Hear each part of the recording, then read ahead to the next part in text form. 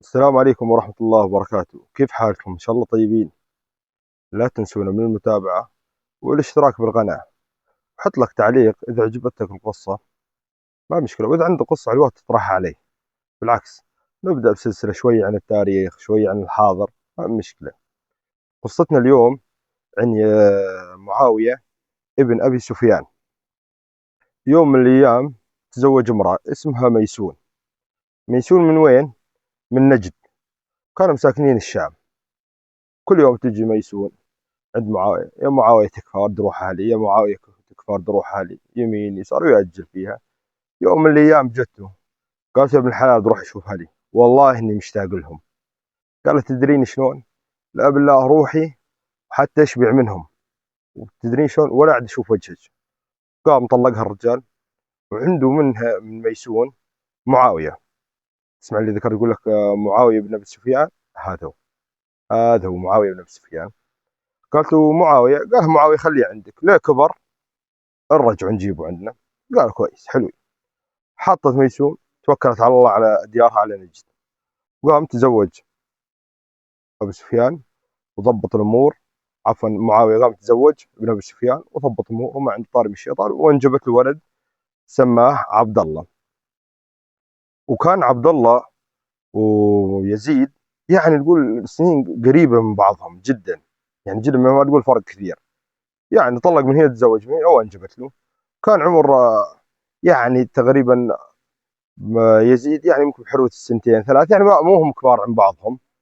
ويوم من الأيام لما راحت بعد تقريبا سنة سنتين ثلاث، كبر الولد شوي، قام أرسل على ابنه وجهه أبوه وين يجي الشام.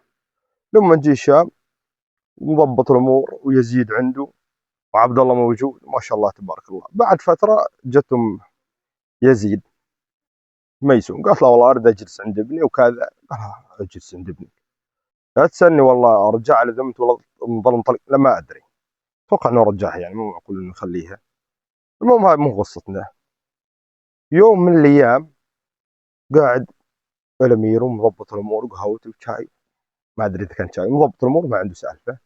وقاعد يناظر على ابنه يزيد يشوفه. وكانت ميسون في ذاك الوقت كانت مربيه شعر شوي ليزيد، وجالس تمشط الشعر تمشط. وجت ام عبد الله: حي الله الامير. يلا حيها.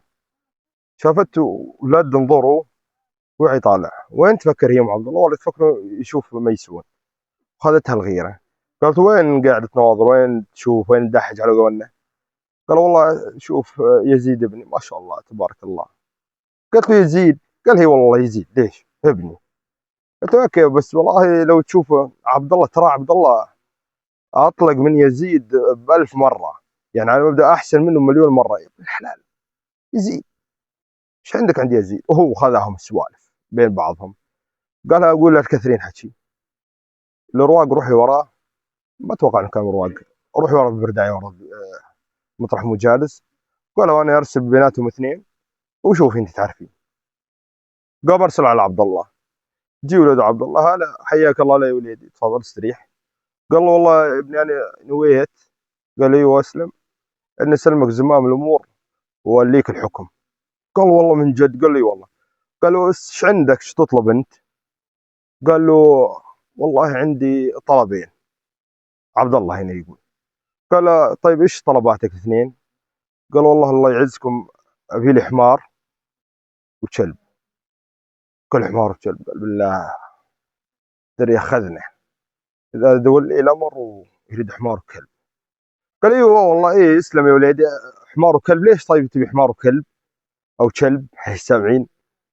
قال: والله اما الحمار اريد اطلع فيه اركبه. قال: ايوه طيب والكلب؟ قال: والله اريده للصيد. قال: ايوه يعني راعي مقناص الصيد؟ قال: ايوه. قالوا: خلاص ابشر، يجنك، توكل على الله توكل على الله. قام ارسل على ابنه يزيد. جي يزيد، قال له: اسلم يبا. قال له: يزيد والله نويت انه اسلمك زمام امور الدوله واسلمك الدوله كلها. قال له: من جد؟ قال له: والله والله نويت اني اسلمك الدوله كلها لك، توكل على الله. فيزيد ايش ساوى؟ اخذ اتجاه القبله وسجد لله سجده شكر. ولما خلص من سجته قال يا الأمير والله عندي 3 طلبات. قال له ابشر، ايش طلباتك؟ قال فأما الأولى، أول ما جيت من ديار خوالي سمعت من الناس إنهم يقولون نطاق الجهاد مو هو متوسع، يعني مو هو بعيد. قال أيوه. قال أريدك توسع نطاق الجهاد، يعني لا يظل على أسهم قريبة الشام كذا، لا بعد، يعني هو مو بس كان الحكم بالشام، عرفت كيف؟ هو بعيد. قال أريدك توسع قال أيوه والله حلو، هذا هنا. قال وأما الثانية؟ قال وأما الثانية أن تضيف رواتب المرابطين على الثقور والمجاهدين، فهم أكثر ولاء لك بعد أهل بيتك. قال بالله صدقت، هم أكثر ولاء لي بعد أهل بيتي.